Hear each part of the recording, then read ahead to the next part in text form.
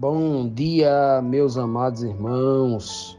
Que a graça, que a paz do Senhor, nosso Deus e Pai maravilhoso, seja derramado sobre a tua vida e que o exemplo, que os ensinos, o Espírito de Cristo chegue ao teu coração, aos nossos corações, nos fazendo com que nós continuemos a prosperar, crescendo no conhecimento e na graça maravilhosa do nosso Deus. Meus amados, hoje, quarta-feira, vamos dar continuidade aqui à nossa lição bíblica diária. Esta semana estamos falando sobre o Senhor como rocha eterna, né? Capítulo 26 aqui de Isaías. Ontem, na terça-feira, nós vimos duas perguntas, né? E nelas nós vimos quando o Senhor, no versículo 11 do capítulo 26 de Isaías, né?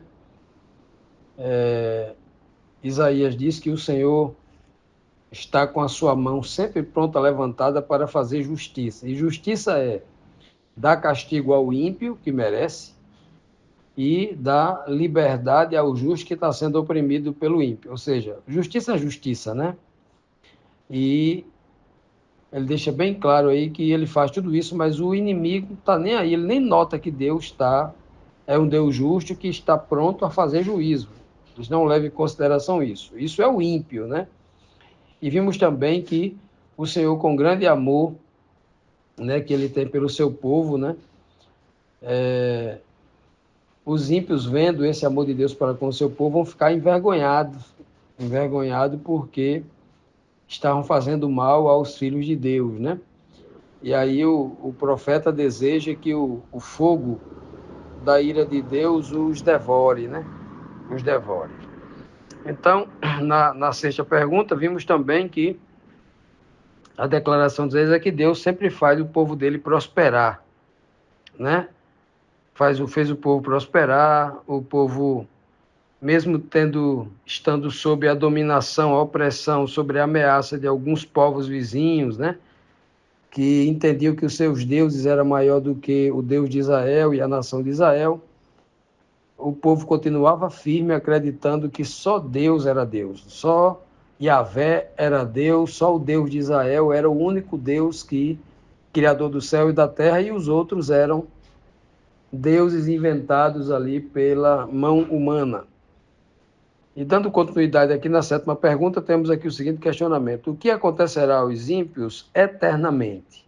Com base nesse texto, né, que é uma tipologia daquilo que vai acontecer no grande juízo de Deus a todos os seres humanos, desde Adão até o último momento da história de pecado da terra. O verso 14 diz assim: aqueles povos estão mortos, não voltarão a viver. São somente sombras, não ressuscitarão, pois tu os castigaste, destruíste, e ninguém lembra mais deles. Vejam só, aqueles inimigos, né, no verso 9 vai dizer, né, que Deus se levantou para castigar o mundo, ou os mundanos, né? Verso 9, né, 26, verso 9.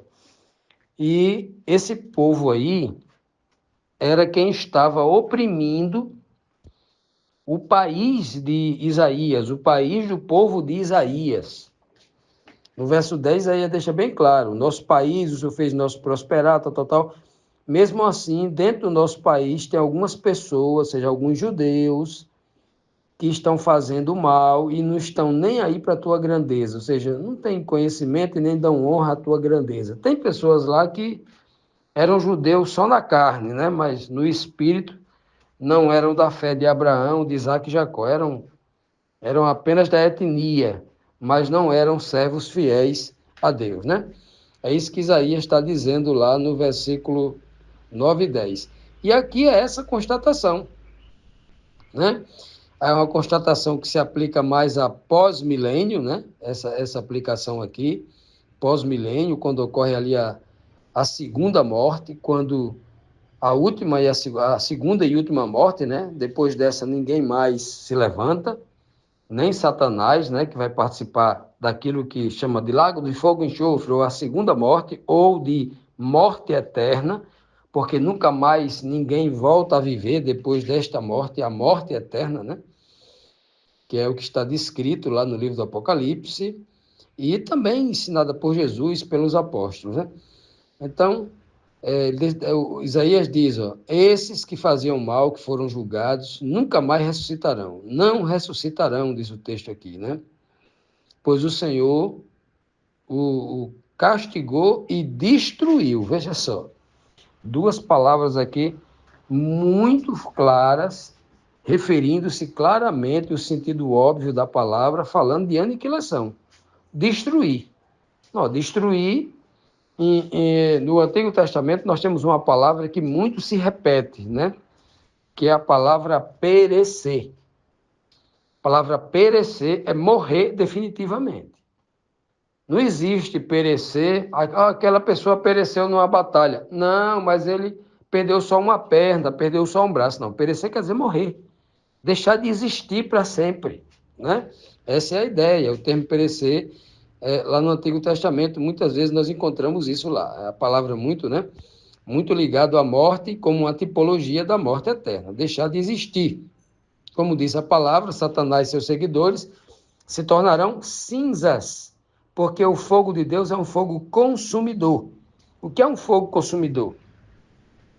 Você pega aí um papel, né? Faça esse teste aí. Pega um papel, molhe ele com um pouquinho de gasolina, de óleo diesel, né? Mantenha a distância e acenda lá para você ver o que acontece com o papel, né? Acenda fogo nele e você vê o que vai acontecer com o papel, né? Ele vai desaparecer. O fogo vai consumir. Isso é um fogo consumidor, vai consumir o papel de tal forma que ele vai desaparecer, as cinzas vão desaparecer, mas muito rápido. Por isso que a Bíblia diz que o lago é de fogo e enxofre, ou seja, fogo e gasolina. O enxofre é o combustível, né, para acelerar ali a combustão, né, o fogo. Pois bem, agora, pegue um pouquinho de gasolina, coloque em cima de uma cerâmica, de um piso, derrama um pouquinho lá, uns pingos, e toque o fogo lá para ver. A chama vai queimar, mas não vai consumir a pedra. Isso aí não é um fogo consumidor, né? Esse aí não é fogo consumidor. Esse é só fogo, mas não é consumidor.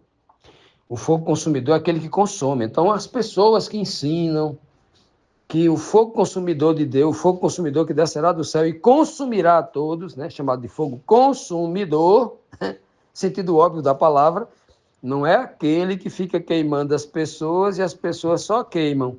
Não tem na Bíblia que Deus vai assar pessoas, que Deus vai fazer churrasco de pessoas, que Deus vai colocar as pessoas como estivesse colocando numa fogueira só para queimar, ficar torturando as pessoas. Não tem isso na Bíblia.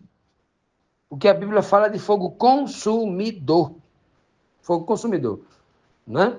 Ah, mas eu li na Bíblia, lá no livro de Mateus, que é onde o fogo não consome, o verme não morre, tal. Ali é um acréscimo, não está nos originais da Bíblia, ali está entre parênteses. Alguém acrescentou para inventar inferno, para enganar a gente que não examina a Bíblia direito. Não tem isso na Bíblia, não. Então, meus amados, veja bem, o texto aqui é muito claro, é claríssimo, apontando para o final, até porque Isaías, em nenhuma época, nós tivemos o povo de Israel sendo ressuscitado em massa, porque foi atacado e morto por uma nação. Nunca teve isso. Quando ele fala de ressurreição aqui, ele está apontando para o futuro, está apontando para o único momento onde os servos de Deus, os santos, serão ressuscitados por ocasião do retorno de Cristo, na glória do Pai, e os ímpios que vão morrer, estão todos mortos desde de Adão, e os que morrerão por ocasião da volta de Cristo com a sua glória, esses ressuscitarão, chamado lá, ressuscitarão para experimentar a segunda morte, a segunda e última morte, a morte eterna. Por isso que o texto aqui fala que eles não ressuscitarão, né? E a vida eterna, ninguém mais se lembrará deles. Se lembrará que está falando que memória vai ser apagada? Não. Se lembrar em que sentido? Porque nunca mais ninguém vai sitiar a cidade de Deus, o povo de Deus, né? O arraial dos santos, os santos, com a ameaça de que dominá-los, de cobrar imposto, de matar, de conquistar. Se lembrar nesse sentido, nunca mais haverá ameaça. Nunca mais terá uma nação para explorar, uma nação inimiga que vai explorar o povo de Deus. Não haverá mais inimigos.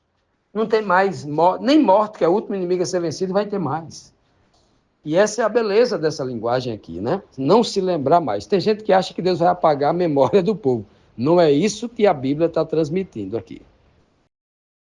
Continuando, amados, vamos aqui para a próxima pergunta, a pergunta 8, que nos diz assim: como o nome de Deus é glorificado, ou será glorificado, por aumentar o território do seu povo? Veja aqui em Isaías 26:15, né? O texto diz: Tu, ó Senhor, fizeste a nossa nação ficar maior, aumentaste o território do nosso país, e isso trouxe glória para o teu nome. Veja bem, meus amados, quando foi que conquistar terra aqui no planeta Terra significa glória para Deus? Porque se isso for uma verdade literal aqui, se aqui não tem uma mensagem espiritual, Deus seria um Deus fraco e um Deus que só perdeu até agora, né? O próprio Cristo conquistou nada, Jesus não conquistou nenhuma terra, nada. Ele disse que não tinha nem uma raposa, tinha um buraco no chão, tinha um covil, mas ele não tinha nem um travesseiro. Já imaginou? Então, veja bem, para o homem carnal, o Senhor pode até exemplificar para ele entender o que é um Deus glorioso, é Deus alargar as fronteiras literal da terra dos judeus, a Judéia, né? Alargar. Como Davi era um grande conquistador, ia sempre alargando, etc. Né? Mas isso aqui não é literal, porque se for literal, hoje, nações no mundo inteiro, o verdadeiro povo de Deus, não tem isso, alargando terras. Porque quando o islamismo se levantou no ano 600, quando pagãos, né, os babilônicos tomaram a terra e ficaram sem terra nenhuma, e aí Deus foi humilhado? O Deus Todo-Poderoso é humilhado em algum momento? Nunca ele é humilhado. O Deus Todo-Poderoso, ele perde alguma batalha alguma vez? Não. Então, claramente, aqui nós temos uma linguagem espiritual profunda, que ele não está falando para o ser humano, a glória dele, de um rei humano, de uma nação, né, humana, claro, que conquistar terras, né? Conquistar terras simboliza a glória de um reino terrestre. Isso é a parte tipológica, mas a mensagem aqui é outra. Como é então que Deus alarga o seu território, aumenta a sua nação? Você só aumenta inclusive Israel está fazendo isso hoje, né? Alargando lá as nações, construindo kibbutz, para que judeus espalhados no mundo inteiro que queiram voltar, entre aspas, aquilo que eles chamam de Terra Santa, voltem para lá e tenham onde morar, e a sua terra natal, e ali prospere, né? Produzindo ali e tal, né? É isso que Israel tem feito, avançando, conquistando, em cada guerra que vai, que ganha, aumenta, né, tal. Isso é a parte literal, mas por que Israel aumenta a sua fronteira? Porque tem mais gente. Quanto chega mais gente, mais é necessário mais terras para que essas pessoas ocupem, desenvolvam suas famílias, suas indústrias, sua produtividade, etc, etc. É normal. Então o texto aqui não está falando de terra, o texto aqui está falando de gente. O texto espiritual, ó. Tu, ó Senhor, fizeste a nossa nação ficar maior, nação maior, quantidade de pessoas. Aumentaste o território do nosso país, aumentou a quantidade de pessoas. E isso trouxe glória para o teu nome, para o teu nome. Ou seja, quando é que o nome de Deus é glorificado? É quando cada pessoa deste mundo, mais gente, vão se unindo, se alistando e se afiliando ao exército de Cristo, sendo resgatado do mundo e salvo para o reino de Deus. Essa é a única forma de nós glorificarmos o nome de Deus, glorificar da forma mais perfeita, né? Claro.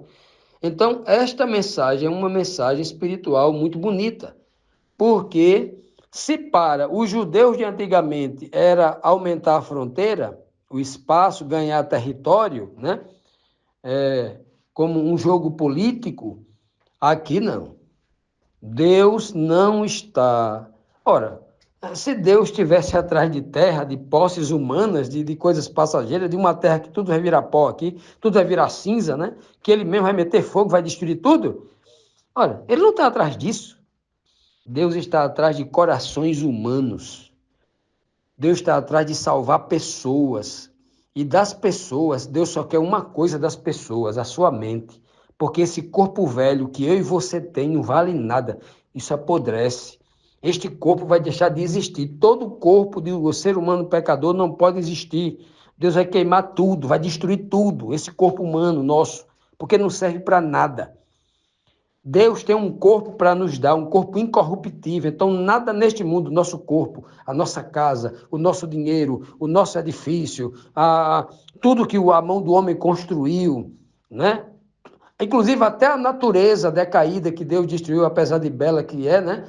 Tudo isso vai virar cinza, para que nasça novamente, para que Deus crie novamente um verdadeiro país, uma verdadeira morada, com pessoas que vivam eternamente.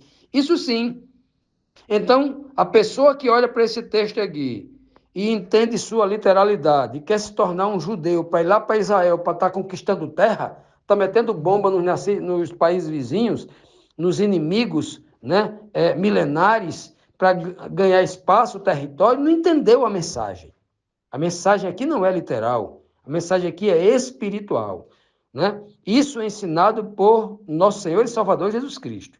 Aqueles que não creem em Cristo, claro, têm o direito de crerem na literalidade, mas nós que cremos em Jesus como sendo o Messias, o Filho de Deus, o enviado de Deus, essa mensagem é espiritual.